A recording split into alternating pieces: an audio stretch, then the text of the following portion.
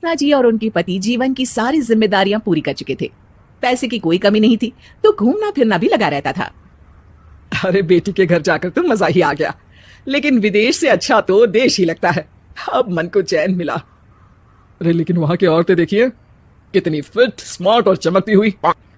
आदत से तो बाज नहीं आओगे आप। अरे मजाक कर रहा हूँ यार। अच्छा मैं जरा बाजार होकर आता हूँ। पति बाजार जाता है, जहां उसे एक अजीब सी दुकान दिखाई देती है। अरे ये क्या बात हुई? अंदर आओ 50 के, बाहर निकलो 40 के। हम आपकी 10 साल उम्र कम करते हैं। अरे ऐसा क्या करते हैं भला? जरा अंदर जाकर ही देख लेता हूँ। अंदर एक सुंदर सी लड़की खड़ी होती है।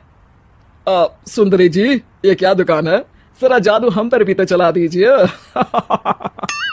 यस सर, आपको हमारी एग्जीक्यूटिव एक डेमो के लिए अंदर ले जाएगी। आप अंदर जाएंगी तो आप खुद ब खुद समझ जाएंगी। पति अंदर जाता है, जहां सेल्स गर्ल मिलकर पति को नकली बाल, नकली दांत, रंग बिरंगी कपड़े के साथ रंगीन चश्मा लगा देती है। देखिए, अब खुद को शीशे में देखिए और बताइए सर। हाय तो यो, ऐसे तो मैं किसी हीरो से कम नहीं लग रहा। दे दो, सारा सामान पैक कर दो। पति खुशी खुशी वहां से निकल जाता है। घर आकर वो सारा सामान छुपा देता है। फिर अगली शाम, सुनो मैं वॉक पर जा रहा हूँ। इस वक्त? अरे नाती पोतों को वीडियो कॉल करके बात तो कर लो।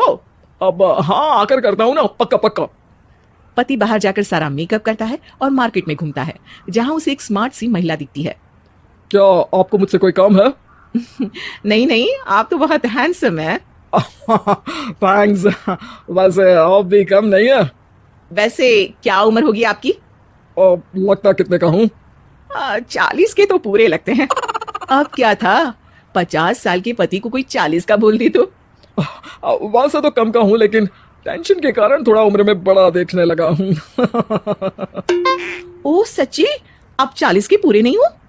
अरे छोड़िए ना, चलिए मैं आपको कॉफी पिलाता हूँ। यहाँ की कॉफी काफी शानदार होती है। दोनों में दोस्ती हो जाती है और फिर चल पड़ता है सिलसिला रोज रोज के घूमने फिरने और मजे करने का।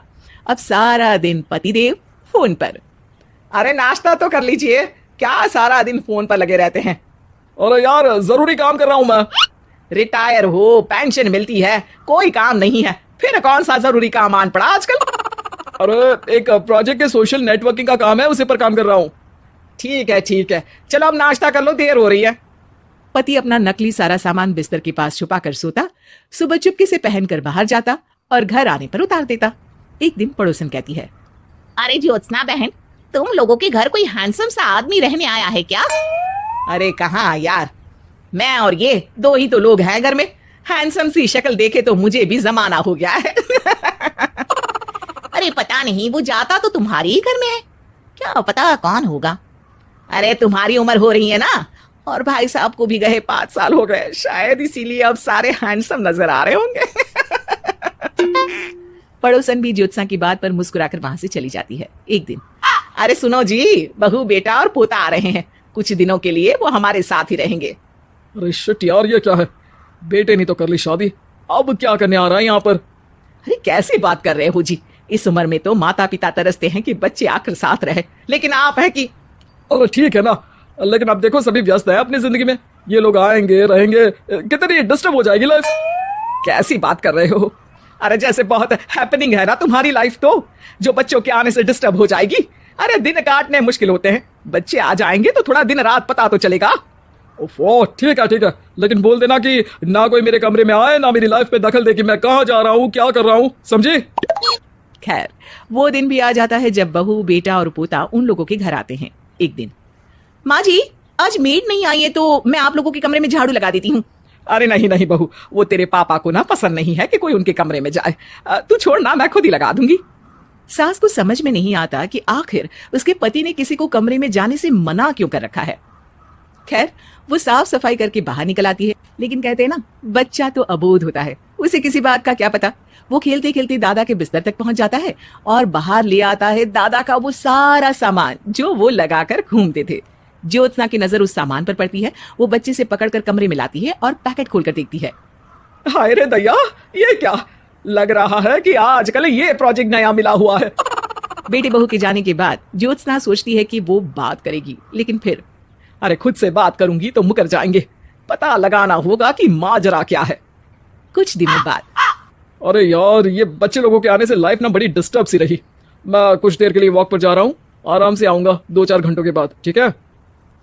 मैं क्या सोच रही हूँ कि मैं भी आपके साथ चलती हूँ। अरे थोड़ा रिलैक्स मैं भी तो हो जाऊं। हाँ हाँ, पड़ोस वाली बुढ़िया के साथ नीचे पार्क में जाकर वॉक करके आ जाओ। अच्छा जी, तुम कार से लॉन्ग ड्राइव के मजे लो और मैं पड़ोस की बुढ़िया के साथ।